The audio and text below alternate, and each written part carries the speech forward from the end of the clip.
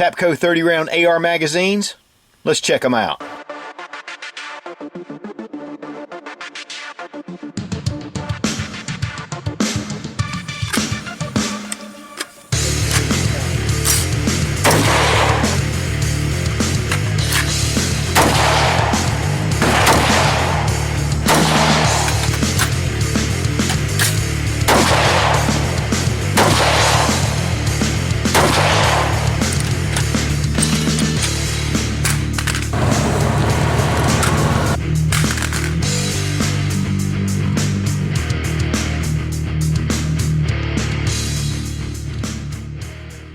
Tapco's been around for a long time, and they really got their start with AK-47 and SKS accessories, and have obviously moved into a lot of other designs, including the AR-15, and they've been making 30 round magazines for a good while. And this is some of their new Gen II 30 round magazines, which have still been around for a little while, but these are the first ones that I've really gotten to test. And they're two different styles.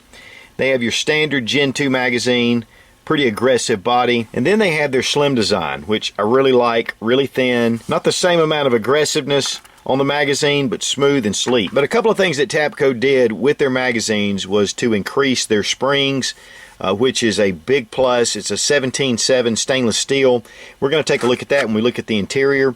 They've also changed the followers, and again we're going to look at that. But one of the things they've done on the outside of the bodies, they've strengthened it, and it's a reinforced composite polymer design, very smooth, yet it has some texturing. And especially with this standard magazine, the ribs are raised and really easy to grab hold of. This isn't the dark field earth. They also make this same version in the black. I really like the accent of the black floor plate. But you can see very defined ribbing on their magazine, front, back, and then toward the bottom. And one of the things I really like about the bottom is when you're pulling a magazine from a mag pouch or you're pulling it out of a rifle, this is the area that really you need to grab hold of. In fact, a lot of times when I'm grabbing a magazine, you're getting your thumb and your fingers still, even though you're pushing your forefinger up here to get it into the magazine well, it gives you a lot of meat to grab hold of. Here on the slim magazine, of course, it's a whole different style. And you've got texturing inside. It does have some ribbing. It does give you a gripping surface, and the base does come out somewhat. So you do still have a lot of great features to be able to pull this magazine out of a mag pouch or out of a rifle, but it's not as aggressive as their original designs. Of course, the areas where the magazine is inserted into the mag well, it's really nice, smooth, very well finished. It's really refined a lot of its processes. You can just tell with the magazine. I've owned a number of Tapco products over the years, and sometimes they could be a little rough. This is a well finished magazine. Comparing these to the Generation 3 PMags, we have a little more texturing. The ribs are raised a little more on the Tapco than they are on the PMag. The base plate has a little more girth to it. The PMag is definitely smooth, and I really like the PMags. I think that this is a really comparable design either way. The weight difference on these is not even a half ounce. I think that the Tapco weighs about a half ounce more than your standard PMag, and yet the slim Tapco weighs about a half ounce less. So it's a very comparable weight. Okay, we're going to take a look at the interior of the magazine, which is a really important aspect of any magazine. There's a little area right here that you're going to depress and then just pull the floor plate forward, making sure that you retain the spring and the plate here so it doesn't spring forward. One thing about a stainless steel spring too is you're not going to get any corrosion or any type rust. They've also lessened the tension on the spring to keep the magazine body from receiving a lot of stress, so there wouldn't be any possible breaks in the seams, and also for the rounds to be fed properly, you can get all 30 rounds in the magazine without any issues. For the bottom floor plate, we just have a little panel here with a raised area that fits into the floor plate. Here we have the anti-tilt follower, which goes into the magazine like so, and it keeps it from being pushed down and getting out of alignment. But one of the things in particular that Magpul has done is they've streamlined their follower, and this allows for dirt and grime to fall through instead of getting caked up around the follower. And so if you get any dirt or any debris inside right here at the follower of your magazine, instead of caking up and binding your follower, it's going to fall free and go into the bottom of your magazine body.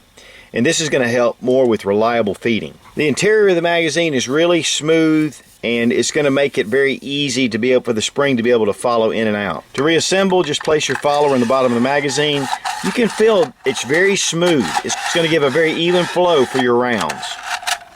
Go ahead and depress the bottom of your magazine, and then you can just take the floor plate, slide it into place, and it pops right back in. Load's really easy. Rounds go in very smooth. In fact, I'll just be honest with you. I think that this is the smoothest flowing loading that I've ever experienced with one of the AR magazines. It just is a really smooth entrance. In fact, when I was at the range the other day, it caught me how easy this was and how smooth it was to load. Of course, we're going to get this loaded down so we can do our torture test. We're going to drop it on its feed lips and do a number of tests that we typically do with magazines. Okay, we're going to do the standard drop test with a loaded magazine.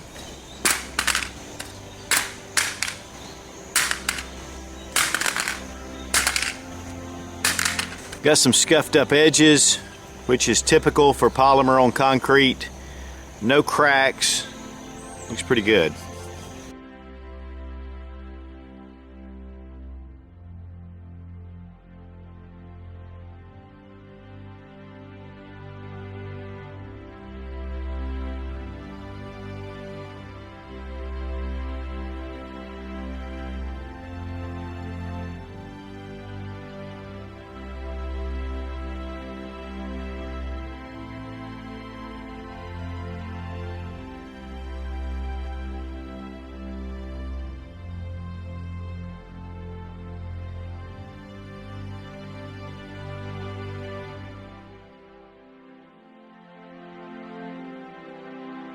A lot of scuffing, as usual, dented cases, but the lips are holding up well.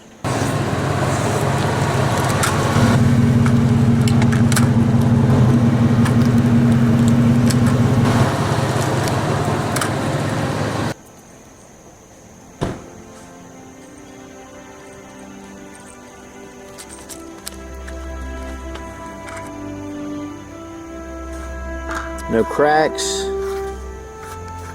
I could tell it was solid when I ran over it. In fact, I almost ran over it another time just to go ahead for good measure. Well-built magazine.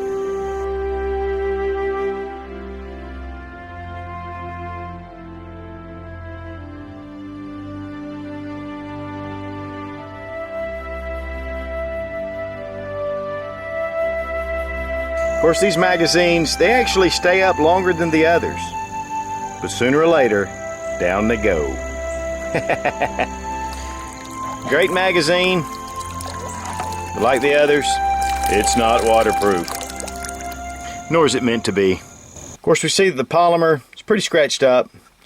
And of course, concrete and polymer as usual. The body of the magazines, even though I ran over it 4 times, no cracks, there's no issues at all. So Tapco passed the test. Now, I do a lot of these magazine tests, and while I'm demonstrating the strength of these magazines, this is way more than what you're going to see with normal field use. And you know, you may drop one and it may crack. I don't know that, but every time I test one, with as many times as I've dropped it, they've just held up really well. Both versions come in black and in dark field earth, and the manufacturer suggested retail on these is just $12.99, which to me is a good deal immediately. But you can find this online in a number of places for $11.99 and a little cheaper. So this is a great buy for a really high quality magazine. And they're made right here in the USA, in fact down in Georgia. If you're interested in having some 30-round magazines and you have an AR-15, I highly recommend that now's the time to buy them, because something could happen at any time to take away our rights. Be strong, be of good courage. God bless America. Long live the Republic.